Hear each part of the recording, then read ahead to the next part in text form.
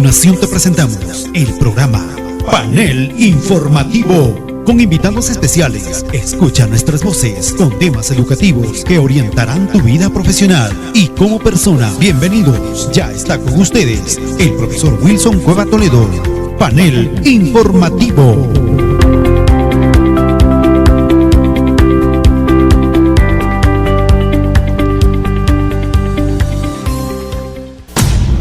Continuamos con Panel Informativo.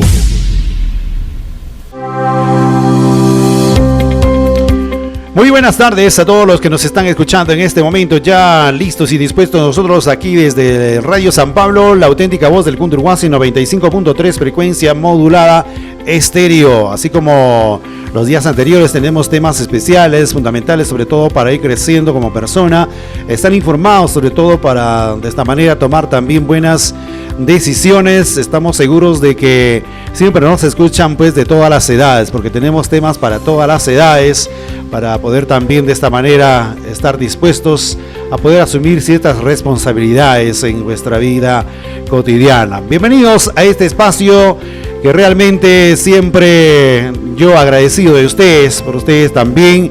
Cada día vamos aprendiendo nuevos temas y también de esta manera pues ayudando a quienes más los necesitan, brindándoles la información necesaria. Y estamos el día de hoy, amigos oyentes, estamos con doctores que realmente pues están abocados a sobre todo instruirnos en la vía legal y también pues para de esta manera evitar ciertas cosas que puedan afectar la salud mental y física, como es la Fiscalía Civil y Familia en nuestra provincia de San Pablo. Estamos con el doctor Carlos Malaver Silva, fiscal provincial San Pablo, sobre todo abogado en familia, así mismo también con la doctora Marilyn Torres, también de la misma fiscalía.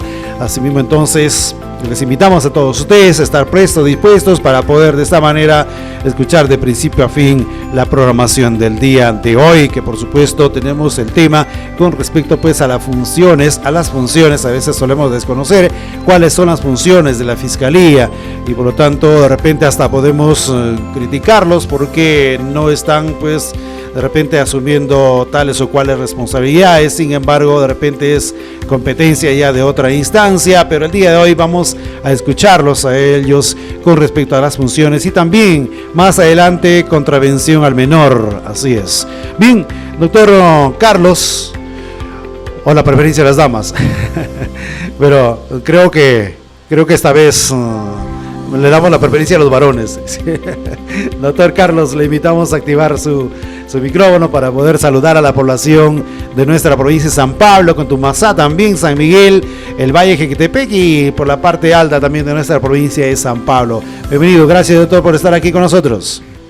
Muy buenas tardes, estimado amigo Wilson, muy buenas tardes con todos los radio oyentes. Estamos justamente acá para poder conversar sobre temas importantes, relevantes, vinculados al quehacer del Ministerio Público, ¿no?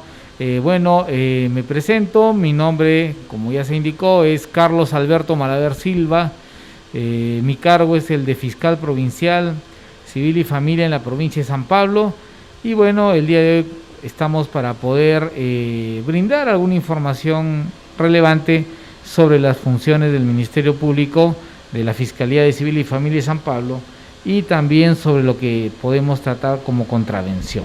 Muchas gracias. Gracias, doctor. Doctora Marilyn, también bienvenida, y después de mucho tiempo estamos por aquí, por los estudios, y gracias por atender también a esta invitación. Creemos de que siempre han contribuido y van a seguir contribuyendo, sobre todo orientando a nuestra población, educando sobre todo también, que mayormente es el deseo mío de poder contar con los profesionales adecuados para poder de esta manera brindarles la orientación también adecuada. Doctora.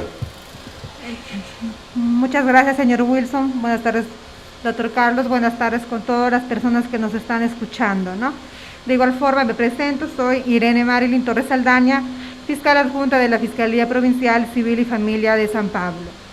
¿No? Del mismo modo, ¿no? Como se van a tocar dos temas muy importantes que quisiéramos difundir, así también vamos a dar a conocer los números de contacto para cualquier denuncia o cualquier consulta que ustedes quieran hacernos. Muchas gracias. Correcto, doctora, gracias a ustedes por brindarnos sobre todo de su tiempo, y el día de hoy pues nos estamos abocando al tema, bueno, son dos temas, ¿no? Pero primeramente vamos conociendo con respecto pues a las funciones que cumplen dentro de este sector, ¿no? Como es el Ministerio Público, y en nuestra provincia de San Pablo le tenemos a ustedes, que nos podemos enterar a través de ustedes cuáles son realmente las funciones. Seguramente en algún momento ya lo han ido también por ahí mencionando, pero vale refrescarnos también de alguna forma la memoria, ¿no? Nuestra memoria que es tan frágil, doctor Malaver, doctora Marilyn.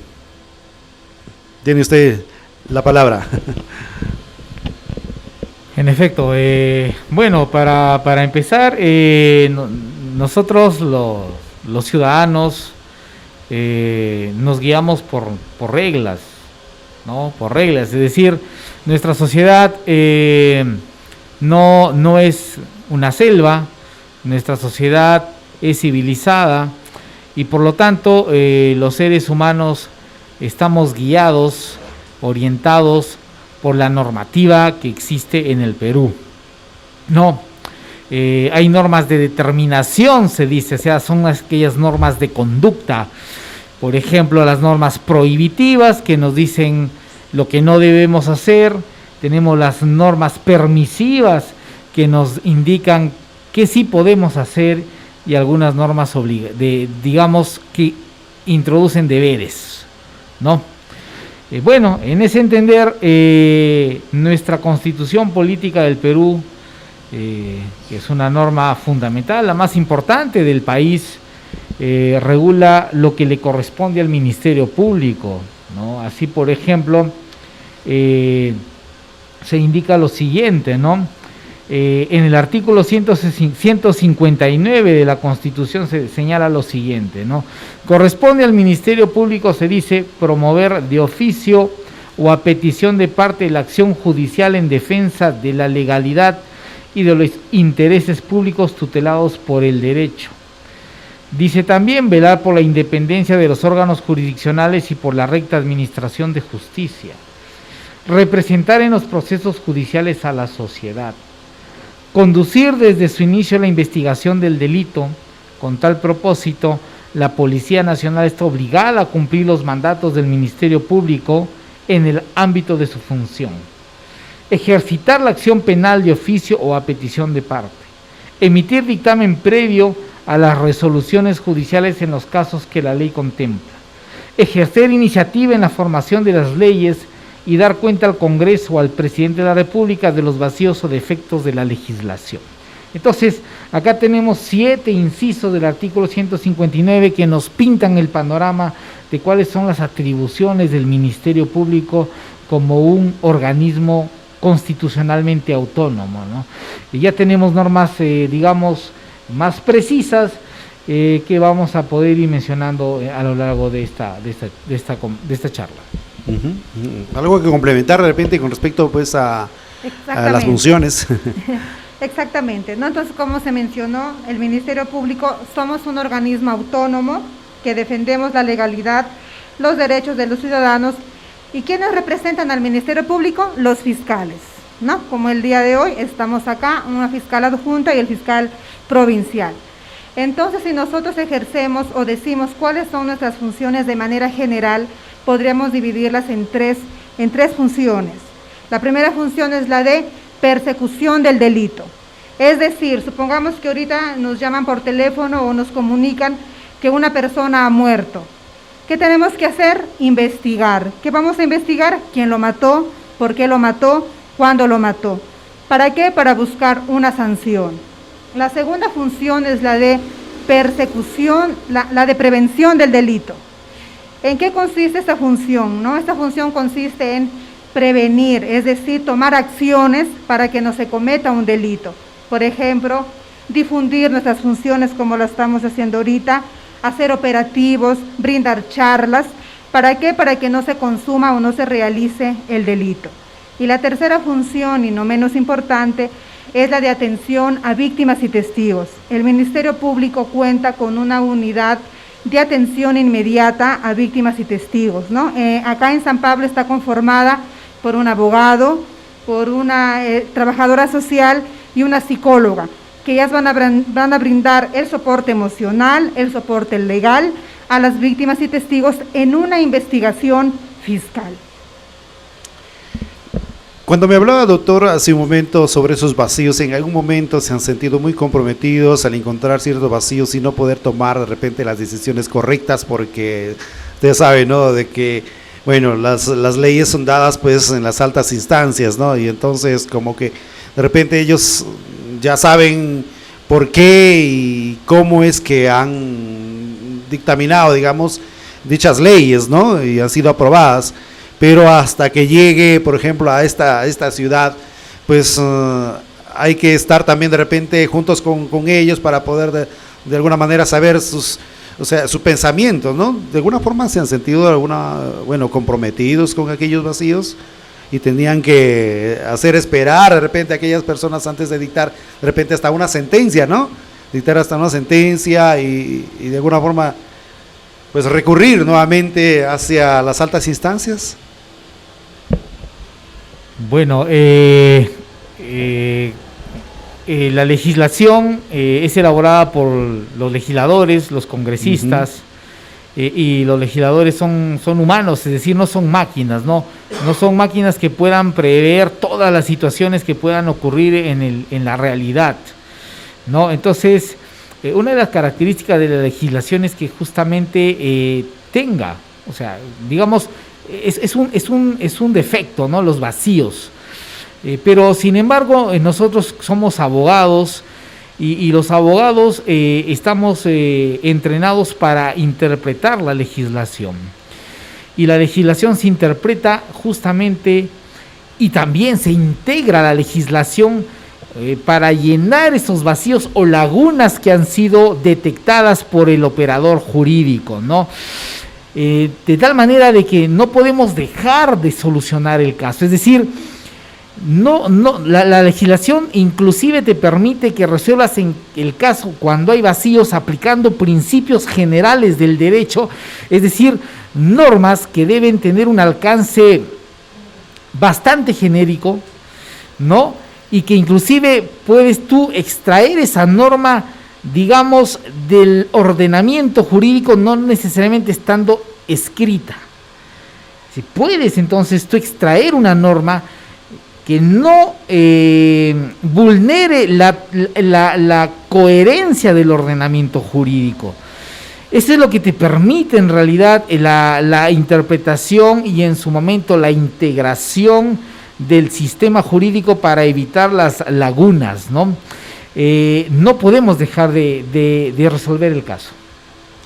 Porque cuando hay, ¿no?, digamos, hay dos personas, uno el agraviado, el otro el agraviante, digamos, en cierta manera, pues ambos con sus abogados, lógicamente, y de alguna forma poder pues solucionar, uno como que de repente tiene mayor capacidad de poder, un abogado poder interpretar, como dicen ustedes, la ley, ¿no? Y del otro lado también, pues, y como que ustedes cómo quedan, digamos, frente a estos dos abogados para poder dar solución, si uno puede tener la razón, otro no, y después dentro de unos días nuevamente apelan y suceden estas cosas, ¿no?, que se acogen a estos vacíos o a otras cosas que de repente por ahí como que favorece a uno, como que perjudica al otro. Lo que pasa es que hay procedimientos, ¿no? O sea, y también ya hay lo que se llama una jurisprudencia, es decir, sabemos que en determinados casos se va a solucionar de esta manera y no podríamos variarla, y si las vamos a variar tendríamos que tener una motivación extensiva, digamos, de por qué se está cambiando esa decisión. Ahora, ante un hecho, supongamos ante un hecho, un ilícito penal, la misma ley señala cuándo se configura ese hecho. No, por ejemplo, supongamos el feminicidio, ¿no? El que mata a una mujer por su condición de tal. Entonces, para que sea feminicidio, tiene que cumplir eso y otros requisitos establecidos. Pero si supongamos que el señor estaba manejando y la atropelló una mujer y ella se murió, ahí no habría, por ejemplo, un feminicidio. Ya la misma ley te establece cuándo es un tipo penal. Y nosotros como fiscales, los abogados de ambas partes, ¿verdad? Lo que sí sucede en todo caso es que al agraviado, en todo caso, ya se le genera, de repente se le da, nosotros asumimos de una u otra manera la defensa. Y usted si habla de abogado, el otro abogado difiere, en todo caso, va a contrarrestar los argumentos, ¿verdad? Exactamente. Pero como le digo, ya hay criterios que al final el fiscal va a resolver, sin perjuicio que todo lo que el fiscal en su investigación que realiza va a comunicar a través de una denuncia al juez. Y es el juez quien va a sentenciar ese hecho. ¿Cómo es que de alguna forma tomar estas decisiones y a la vez ustedes comprometidos para tomar tal o cual decisión cuando sucede, por ejemplo, un caso de muerte, de homicidio, o bueno, cómo se tome cuando alguien dice yo actué en defensa propia, ¿no? Y entonces, y de alguna forma del otro lado también, es decir, de la familia perjudicada, o porque de repente por ahí fue un delincuente, pero el papá o la mamá desconocen en cierta manera de que su hijo estaba dentro de estas cosas ilícitas, ¿no? Pero al final, pues, aunque del otro lado haya actuado en defensa propia, adelantó, digamos, el disparo o actuó rápidamente antes que el supuesto delincuente. Esto es realmente, o bueno, ustedes de repente se han encontrado en estos casos y lo han visto como que un poco complicado para tomar, digamos, o cuál decisión. Claro, en realidad nosotros como fiscales de familia no hemos tenido un caso como el planteado. Pero se escucha, ¿no? Sí, en el caso mío yo personalmente sí tuve un caso de un homicidio calificado por lucro. Es decir, se le pagó a un grupo de personas, entre ellos a un menor de edad, para que asesinaran a una persona allá en Tumbadén, ¿no? Ese caso fue bien sonado, inclusive me parece que sigue el procesado, sigue el proceso a nivel Fiscalía Penal, me parece, por los adultos. En el caso mío logramos sancionar a esta persona que cuando cometió el delito o la infracción era una persona menor de edad, pero se lo investiga y procesa siendo adulto. Él está ahorita pues pagando una medida en el penal, ¿no? Pero bueno. Pero yendo, por ejemplo, al caso de la legítima defensa que menciona, ¿no? No hemos tenido el caso, pero hay presupuestos, es decir, ya la legislación te dice cómo resolver el caso. Para una legítima defensa tiene que haber una agresión ilegítima, una falta de provocación de la agresión, es decir, por ejemplo, yo estoy transitando por la calle y alguien viene y me golpea. Yo volteo y me quiere nuevamente golpear, en ese instante yo puedo reaccionar. Entonces ahí hay una legítima defensa, yo puedo lesionar a esa persona, ¿no? Por ejemplo, le puedo lanzar un puñete, ¿no? Y defender mi derecho, mi integridad. Entonces esa es la legítima defensa, ¿no? Ahora, claro, tiene que ser racional mi respuesta, ¿no? Porque si viene y me mete un golpe, me volteo y veo que me va a querer meter otro golpe, ahí es donde yo reacciono. Pero si yo saco un arma de fuego y lo mato, ese es desproporcionado. Entonces la legítima defensa tiene presupuestos y ya establecidos en la legislación que nos permiten a fiscales y jueces solucionar los casos. Vemos nosotros, por ejemplo, el caso de policías, ¿no? Que siempre se escucha, policía mató, ¿no?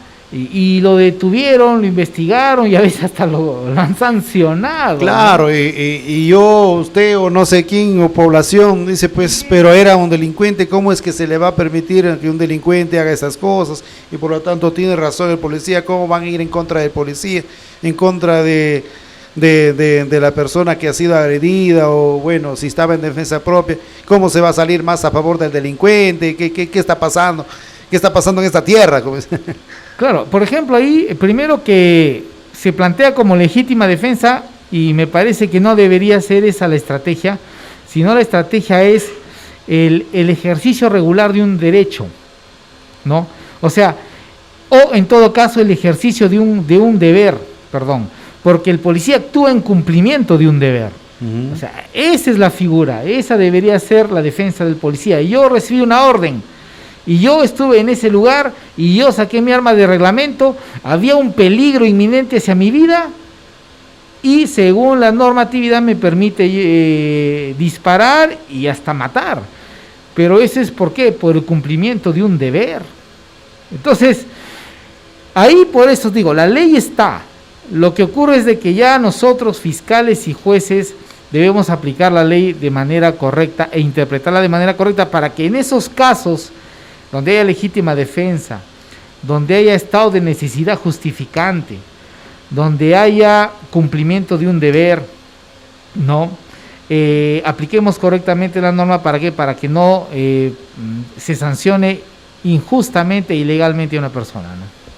Claro que a veces hasta viene el pensamiento que los que son mejores atendidos son las personas que tienen de repente buena reputación, o digamos hasta están en altos cargos, por eso se les da el privilegio, y si fuesen de repente, si fuese un campesino, como que no se les da la debida importancia, y rápidamente, digamos, ya sentencian y no investigan, ¿no? Y entonces creo que a veces eso ha creado de cierta manera también hasta desconfianza, ¿no? A veces en las autoridades, seguramente porque años anteriores, o bueno, en qué tiempo se haya descubierto, como ustedes ya conocen, de los actos de corrupción y un montón de cosas, y entonces a veces se piensa que en todas las instancias está así las cosas, ¿no? De repente, ¿qué respuesta o qué grado de confianza podemos ofrecerle desde San Pablo, ¿no? Efectivamente, ¿no? Esto es más cuando mencionan a veces a jueces y fiscales, siempre dicen que seguramente ya se ha vendido, ¿no? Pero igual les ponemos en conocimiento, ¿no? Que tanto la Fiscalía como el Poder Judicial tenemos órganos de control, ¿no? Es decir, a nivel de Fiscalía tenemos el control interno, y a nivel del Poder Judicial tienen lo que es la UDEGMA, ¿no? Es decir, si ustedes consideran que de repente un fiscal o un juez no está cumpliendo debidamente con sus funciones, ustedes pueden interponer una queja, ¿no? ¿Cómo? Puede ser de manera verbal, puede ser de manera escrita. Sin perjuicio, lo que sí hoy indico e informo es que todo es una investigación, ¿no? Es decir, si un ciudadano viene y dice tal persona ha matado a tal, muchas veces creen que solamente por ese dicho ya se tiene que meter a la cárcel al señor. O porque de repente lo soñó. O porque lo encontraron, supongamos, pero se tiene que encontrar, se tiene que hacer cómo lo mató, por qué lo mató, y si es esa persona quien lo mató, ¿no? Entonces, ¿cómo se averigua ello? A través de una investigación. Y también en poner en conocimiento a la población de San Pablo que siempre hay un abogado de oficio. El abogado de oficio, que es la Defensoría la Defensoría Pública, que brinda asesoría legal para cualquier situación que ustedes quieran averiguar. Y doctora, seguramente que en todo nuestro territorio nacional y en el mundo, por decir, pues la humanidad a veces exige derechos, pero a veces desconociendo también sus deberes, ¿no? Y entonces, ¿cómo ustedes ven desde la parte donde les corresponde el cumplimiento de ambas cosas, ¿no? ¿Cómo es que de repente ante ustedes han venido de repente exigiendo derechos sin tomar en cuenta que también hay deberes? Claro, a ver,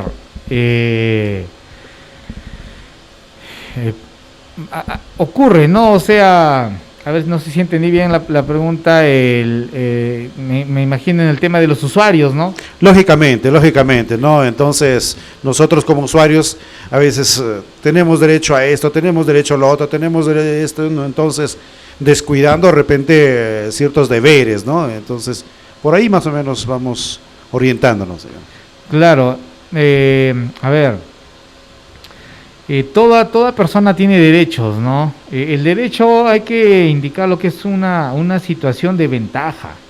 Es decir, por ejemplo, ¿no? El propietario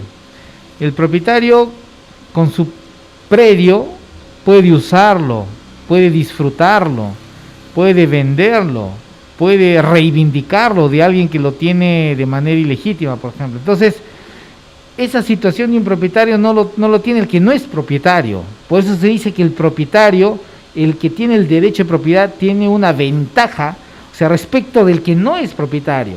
Los derechos son situaciones de ventaja. Los deberes son situaciones también, pero digamos, de sujeción, ¿no? El deber, por ejemplo, de acudir al centro de trabajo.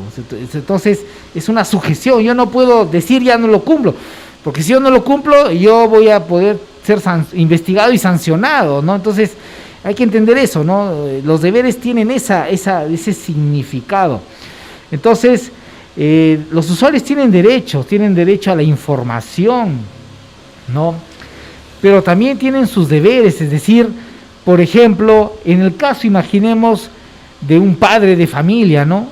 Digamos, tiene el derecho a educar a su hijo, ¿no? El derecho a alimentos, pero del otro lado el hijo tiene un deber de, por ejemplo, de atender a su padre, de apoyarlo, de digamos, asistirlo, ¿no? Entonces, tenemos derechos y deberes que están ahí unidos, que están juntos, que comparten, digamos, el espacio, ¿no? Entonces, eso es más o menos lo que podemos graficar como derechos y deberes, ¿no? Que están dentro de una Constitución. Claro, están constitucionalizados y están legalizados, sí, también están en la legislación, ¿no? Por ejemplo, nosotros tenemos casos por ejemplo, de violaciones sexuales y hay que entender que ya ahora, digamos, la persona de 14 años hacia adelante ya puede tener relaciones sexuales libres, o sea, puede dar su consentimiento, su voluntad, su libertad de tener relaciones sexuales. Sin embargo, hay situaciones en donde, por ejemplo, se presentan casos de violación sexual o supuesta violación sexual de menores de adolescentes de 14 años que tienen relaciones sexuales con sus parejas de 14 a más y acuden a la fiscalía, ¿no? O a la policía o a otra institución y se les informa, ¿no? Es decir, los padres a veces no tienen el conocimiento y se les informa de que ya estas personas pueden ejercer sus derechos sexuales, ¿no? Porque a veces pueden ustedes mismos también caer a veces en cierta información falsa, ¿no? En que, como usted menciona, de 14, por ejemplo, hay consentimiento de alguna forma para el mantenimiento de relaciones sexuales, pero en vista que ya se encuentra perdida de repente, ya no sabe qué hacer más adelante, entonces, no, me ha violado, por ejemplo, puede acudir. No sé si hay casos como esos, ¿no? Claro, o lo que sucede es el temor, ¿no? Ajá. O sea, un ejemplo, lo que nos ha pasado y hemos tenido varios casos es que los papás le encuentran a la menor, ¿no? O ven que el muchacho se está yendo. Entonces la menor, por vergüenza, por temor, no dice ha sido consentido. O los padres también no creen esa situación y vienen a denunciar por violencia sexual. Ha pasado muchas veces, pues, ¿no? Pero gracias a Dios se han logrado descubrir para evitar, lo sobre que pasa todo... es que en esos casos, por ejemplo, Medicina Legal en Cajamarca, esto brinda lo que es el servicio de las cámaras GESEL, a través de una entrevista que hacen a las menores, unos psicólogos, unos peritos psicólogos, y ellos son los que determinan, ¿no? Donde ellos analizan, la entrevistan a la menor, y ahí la menor, cuando cuenta, ellos ven si está mintiendo, si está exagerando, por ejemplo. Y lo que ocurre es que la menor, a veces por presión de los padres, dice, sí, me han violado, pero en la cámara GESEL y posterior a ello, en la evaluación psicológica, ya cuenta los hechos como han sido en realidad. Bueno, esperamos de que esta información relacionada también a las funciones y algunos casitos de repente que estamos tocando, porque a veces uno aprende más con ciertos casos, con ejemplos, ¿no? Creo que por ahí... De alguna manera, pues, tratamos de llegar con más claridad, de repente por ahí a las personas que, por supuesto, lo toman bastante interés y seguramente también personalmente pueden acudir también a la Fiscalía, ¿no? Para poder buscar orientación. Vamos Vamos a un siguiente tema que teníamos también para hoy. De repente no es mucho el tiempo para tocar, de repente pues con más detalle, es con respecto a contravención al menor. ¿En qué consiste sobre todo este tema? ¿Es un delito? ¿No es un delito? ¿O algo tiene que ver, ¿no? Este tema de la contravención al menor. Doctor. Claro, primero, la contravención no es un delito. No es un delito, ¿por qué? Porque, a ver, el delito es un comportamiento voluntario. ¿Cómo se define? A ver, comportamiento voluntario que afecta un bien jurídico, ¿no? Que debe estar, que tiene que tener una entidad de trascendencia. Por ejemplo, matar, violar, robar, hurtar, etcétera, ¿no? Entonces, ese es el delito, ¿no? Es decir, protege bienes jurídicos que tienen una relevancia, un impacto. Mayormente que tiene que ver, prácticamente entiendo, con la vida misma. No necesariamente. La violación, por ejemplo, el delito de violación, ¿qué bien protege? O sea, ¿qué valor protege? Así como el homicidio protege, ¿qué se protege? La vida, ¿no? O sea, el que mata a otro, lo que está haciendo es afectar la vida de un tercero. Y la ley lo que dice es, tú no puedes matar, porque si tú matas vas a vulnerar un bien jurídico, o sea, un valor. ¿Cuál es ese valor? La vida. Si aquel que viola, ¿cuál es el bien que hay que proteger? La libertad sexual, o la indemnidad sexual, o la intangibilidad sexual. ¿Por qué? Porque tienes la libertad sexual, por ejemplo, de una persona de 14 años a más. Si alguien contra la voluntad de esa persona la viola, afecta el bien de la libertad sexual. Ese es un delito. Si viola a un menor de 14 años, lo que se vulnera es la indemnidad sexual. Es decir, no se puede afectar a esas personas, no se puede ni siquiera tocar, porque ellos no tienen libertad sexual. Pero si estamos hablando de una persona que no tiene, digamos, conciencia, una persona que, no sé, tiene un problema mental, digamos, y se la viola, se vulnera la intangibilidad sexual. Entonces, el ordenamiento trata de proteger varios valores, varios derechos. En el caso de la contravención, no es un delito, pero es la contravención, digamos, es aquellas acciones u omisiones que afectan el ejercicio de los derechos de niños y adolescentes, ¿no? Pero sin que lleguen a ser delitos. Por ejemplo, un vecino que golpea a un niño, que lo lesiona, ¿no? Le mete una cachetada. Eso, por ejemplo, puede ser una contravención.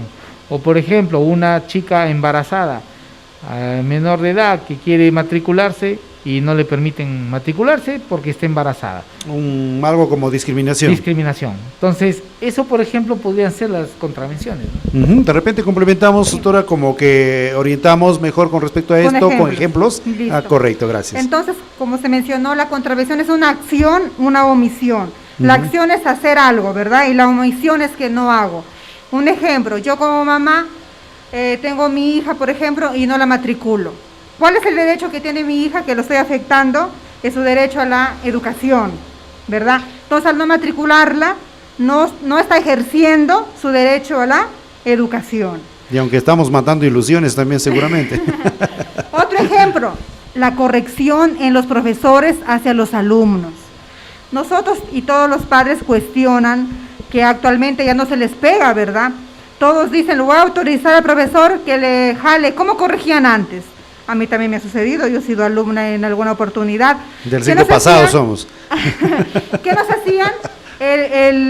La jalada de oído, la patilla, la famosa tablita en la mano, ¿verdad? Claro. En cambio ahora, por ejemplo, eso ya no está permitido, ¿no? La corrección con el castigo físico y el trato humillante, por ejemplo. No sé, les digo, ay, si es que tú eres un burro, por ejemplo. Eso es una contravención. Y lo otro, ¿qué sucede si, por ejemplo, el profesor le grita al alumno y el alumno se va y le cuenta al director? y el director no hace nada. Ahí es la omisión, ¿no? Entonces ahí la acción es que el profesor le grita, el alumno cuenta al profesor y al director, y el director no hace nada. Es el ejemplo de la acción y de la omisión. Hay que tener en cuenta que todas las personas tenemos derechos y deberes, somos como una moneda, ¿no? Con cara y sello. Entonces, si yo tengo el derecho a ser respetado, si yo tengo derecho a expresar mi opinión, ¿qué tengo que hacer respecto del doctor Carlos? Respetar su opinión y no golpearlo, por ejemplo, porque ningún derecho es mayor que del otro, ¿verdad? Porque todos somos iguales ante la ley. Pero los menores tienen ciertos derechos específicos. ¿Cuáles son sus derechos específicos? Por ejemplo, a su educación, a jugar, a la recreación y al buen trato. Entonces hay que tener en cuenta, ¿no? Y todas las personas, todos los adultos tenemos lo que es un deber de cuidado respecto de los menores. Entonces, si alguien hace una acción o omite una acción en perjuicio de un derecho de los menores de edad, eso es una contravención. Un ejemplo, por ejemplo, que una cantina vendan bebidas alcohólicas a menores de edad. Es una contravención y ya acá en San Pablo se han sancionado a cantinas. ¿Por qué? Porque no podemos vender bebidas alcohólicas a menores de edad. ¿Qué afecta a los menores de edad? Su integridad personal, desde lo emocional, físico. Entonces, un ejemplo también de contravención. Dicen que los tiempos de antes eran mejores y ahora como que les han quitado, les han atado las manos a los profesores y ya no pueden corregir, y de alguna forma también hasta los hijos ya son exigentes, lógicamente que no todos, hay algunos o tal vez pocos, pero que realmente son exigentes ante los padres y como que de alguna forma para que no se vayan a ir de casa, pues le dan de todo y por lo tanto creo que de alguna forma también llegan pues con ese pensamiento o ven a otros adolescentes que tienen de todo y los otros también quieren, y entonces como que por ahí regresan a casa y exigen también al papá, mamá, ¿cómo es? Bueno, entonces me voy a la casa, y al final pueden hasta hacer cosas ilícitas. Lo que usted dice yo lo puedo relacionar a su pregunta que usted hizo respecto a que exigimos un derecho y no cumplimos con nuestro deber. Entonces yo como padre, no le he dado a mi hija reglas, no hago que haga nada en la casa, le doy el celular que esté todo el día, me da igual si hace su tarea o no, pero después yo exijo resultados. Mi hija tiene que portarse bien en el colegio, tiene que sacarse buenas notas. Ahí habrá una corresponsabilidad, es decir, ahí habrá una correlación en todo caso con mi derecho y mi deber como madre. Entonces, a veces exigimos al profesor lo que nosotros no hacemos en casa, ¿no? Entonces, nosotros recomendamos como fiscales de familia, los menores de edad, así como tienen sus derechos explícitos, tienen también sus deberes. ¿Y quién guía a los menores de edad? Son los padres. Si mi hijo se porta mal, si mi hijo no se va a la escuela, si mi hijo se saca malas notas, es responsabilidad de los padres. Y nosotros como padres debemos asumir esa responsabilidad. No debemos dejarle la responsabilidad de casa a los padres. Como decir, pues, alguien decía, profesor, mi hijo no me hace caso, usted corríjale, profesor, por favor, hágame ese favor, porque ya me ganó, ya. No, ya me ganó, no sé, algo que complementar con respecto a ello, doctor, y que se piensa también con respecto a que a veces se dice de que hay que brindarle la máxima confianza a los hijos, sin embargo, de repente por ahí como que no entienden todavía los hijos los deberes y solamente exigen derechos. Claro, efectivamente, ¿no? Nosotros al despacho llegan pues los padres de familia en el sentido de que ya el hijo o la hija, como dice, ya les ganó, ¿no? Prácticamente la recurrencia es, se va de la casa, se va con el enamorado, ya no hace caso, se pierde 2, 3 días, una semana. Pero nosotros siempre insistimos en lo mismo, ¿no? O sea, acá es un problema de padres, ¿no? O sea, el fiscal digamos, frente a un muchacho de 15, 16, una muchacha de 15, 16 años, es complicado, ¿no? O sea, trabajar ese tema, o sea, acá nosotros siempre estamos informando a los padres que tienen que cumplir con su, digamos, su rol, ¿no? Es decir, guiar y orientar adecuadamente a sus hijos desde pequeños, para que no en la adolescencia tengan esa rebeldía, ¿no? Que de por sí el adolescente es rebelde, pero si no ha tenido esos límites, pues porque el padre trabaja, porque el padre, bueno, se dedica a sus animales más que a sus hijos, pero lamentablemente llega esa etapa de la vida en donde ya no los pueden controlar, ¿no? Y es complicado. Entonces, el tema es orientar desde pequeño al niño, decirle lo bueno de lo malo y tratar de evitar el castigo en la medida de lo posible, ¿no? Ayer, por ejemplo, teníamos una charla donde también participa la doctora Irene, de un psiquiatra que ha dictado una charla interesante en donde él decía, pues, de que ponía el ejemplo de que el niño que mete el dedo al ¿cómo se llama? al interruptor, ¿no? O al toma corriente. Al toma corriente. Entonces dice, lo más fácil es golpearlo, ¿no? Y con el miedo corregirlo. Pero él decía, no, un momentito, hay que estar aunque sea una semana estando insistiéndole en decirle que eso no se debe hacer porque te puede dañar, ¿no? La electricidad te puede dañar, entonces eso no está bien. Entonces hay que hacer así, ¿no? O sea, nosotros debemos a los hijos crearlos de esa manera, no con el golpe, sino hacerlos entender. Yo sé que eso va a demorar, pero es mejor demorarnos, como decía el psiquiatra, aunque sea una semana, hacerlo entender, a que luego cuando sea adolescente explote todo eso que le hemos golpeado y ya no podamos controlar esa ira, esa rebeldía.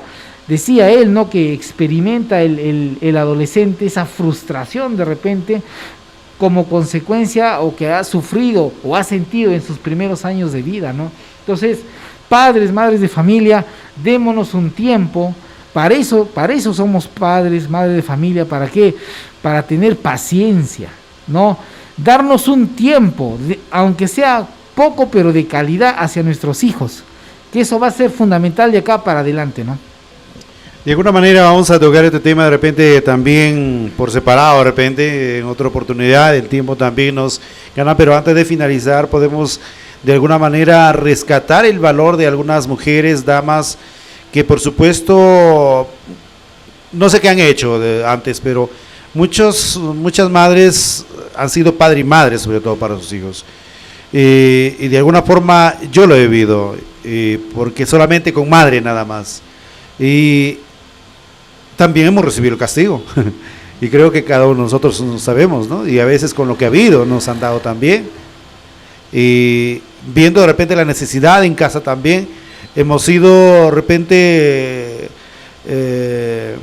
el apoyo para poder hasta construir una casa.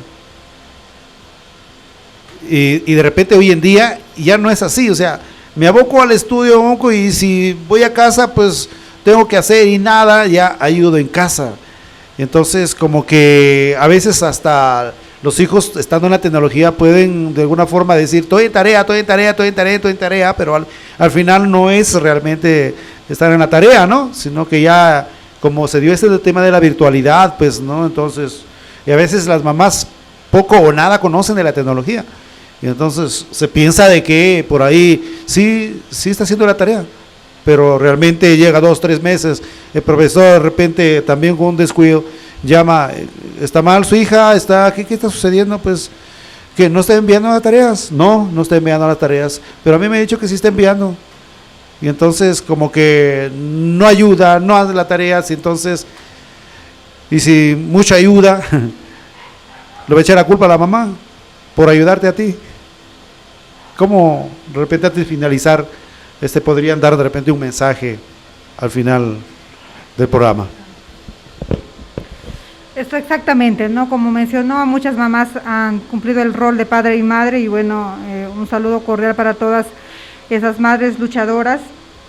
Respecto a lo otro, ¿no? Hay que tener en cuenta que el derecho a la educación no solamente abarca matricular a nuestros hijos en un centro educativo, El derecho a la educación es verificar si mi hijo está asistiendo a clases, verificar si mi hijo está aprendiendo, verificar si mi hijo está haciendo sus tareas, ¿no? ¿Cómo se hace eso? Ustedes pueden acercarse a un auxiliar, hablar con la directora o con un profesor para ver si el menor está haciendo las tareas. Ahora, si hay un mal comportamiento de un menor y no se lo puede corregir, también les invitamos, ¿no? La red de salud, el centro de salud y el mismo Ministerio Público y también el Centro de Emergencia Mujer cuentan con psicólogos. Ir al psicólogo, una persona adulta o un menor de edad, no quiere decir pues que estamos locos, ¿no? El psicólogo va a regular nuestras conductas. De repente yo no manejo de manera adecuada la ira, la cólera. El psicólogo me va a dar de repente también pautas de crianza. Entonces primero lo que tenemos que hacer es reconocer. Todos nos damos cuenta cómo son nuestros hijos, sino que a veces no queremos hacerlo notar o queremos pensar que no son así. Pero yo sé que como padres ustedes advierten cuando tengan un hijo con mala conducta, acudan a un psicólogo para que les pueda dar de repente pautas de crianza. Doctor. Sí, efectivamente, ¿no? Tenemos los profesionales adecuados no solamente en la Fiscalía, sino también en otras instituciones. Sector de educación también, ¿no? Cuentan ustedes con... Algunos GECs cuentan con psicólogos, ¿no? Así es, la OGEL tiene sus psicólogos, psicólogas, profesionales muy capaces.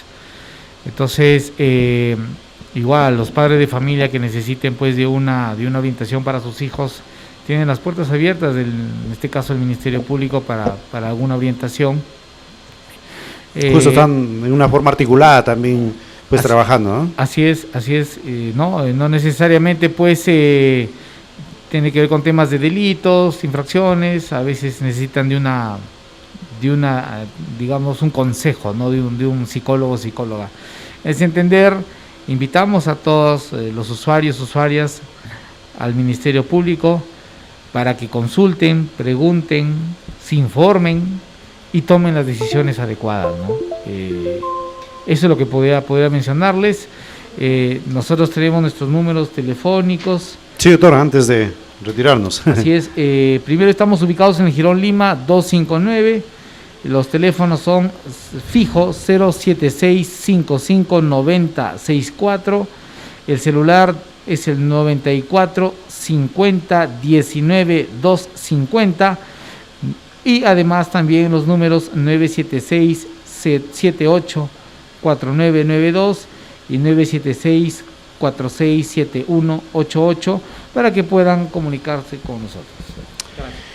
Bien, gracias doctora Marilyn, doctor Carlos, mil gracias por estar el día de hoy, ayudándonos sobre todo a poder pues orientar a nuestra población y a todos en general. Bueno, sus palabras de despedida, esperando nuevamente reencontrarnos en otro momento con otro tema seguramente. Muchas gracias, ¿no? Solamente recalcarles que los fiscales tenemos turno permanente en cualquier circunstancia, pueden acudir a la Fiscalía o a la Comisaría con quienes trabajamos de la mano. Muchas gracias.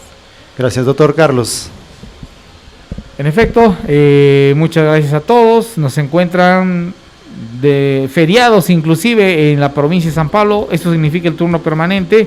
No estaremos en la Fiscalía los feriados, los fines de semana, pero si uno acude a la institución, habla con el seguridad y el seguridad se comunica con nosotros. Gracias. Gracias, doctor. Gracias, amigos, por su amable sintonía, esperando haber contribuido con todos ustedes, conocer sobre todo las acciones, las funciones de la Fiscalía de nuestra provincia de San Pablo, y por supuesto es lo mismo a nivel nacional, ¿no? Entonces, creemos de que la información que han brindado el doctor Carlos y la doctora Marilyn, pues haya sido de beneficio para todos ustedes, para tomar las mejores decisiones en su vida, antes que sea demasiado tarde. Más vale prevenir que lamentar, así suena el dicho, ¿verdad?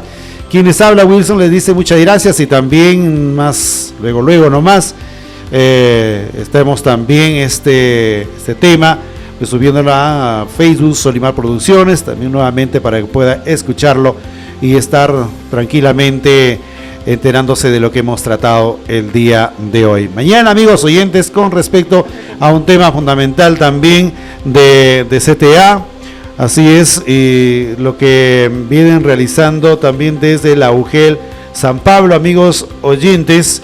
El día de mañana estaremos tocando con respecto pues a la implementación del Club de Ciencia y Tecnología en las instituciones educativas. No se lo pierda, puede ser de mucho interés, sobre todo para usted, con el profesor Enrique Sánchez el día de mañana, entonces, con todos ustedes. Mil gracias, un fuerte abrazo a todos a la distancia y Dios los bendiga. Hasta mañana, minutos después de las 6 de la tarde.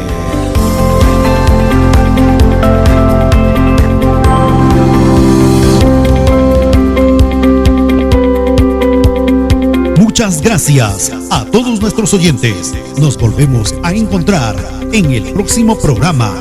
Has escuchado Panel Informativo. Dios los bendiga.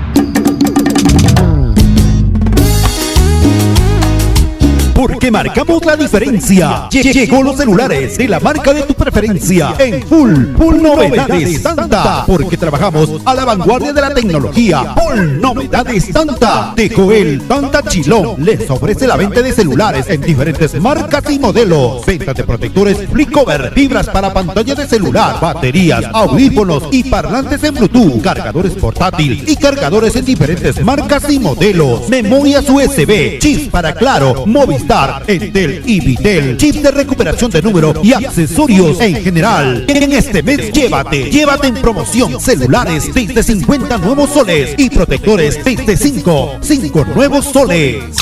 También te brindamos el servicio técnico garantizado. Realizamos el desbloqueo y liberación de celulares y todo al alcance de su economía. Y también ofrecemos la venta de focos LED y DirecTV. Recuerda que la venta de celulares es con garantía de un año. Ubíquenos en Alquirón, Cajamarca 721, a pocos pasos del Mirador, en esta provincia de San Pablo. Mayores consultas al celular 985 56 58 55. Muy pronto, con más novedades para tu mejor comunicación desde la comodidad de tu casa u automóvil. Full Novedades Tanta, el mundo de la tecnología al alcance de todos. Visítanos y te convencerá. Full Novedades Tanta.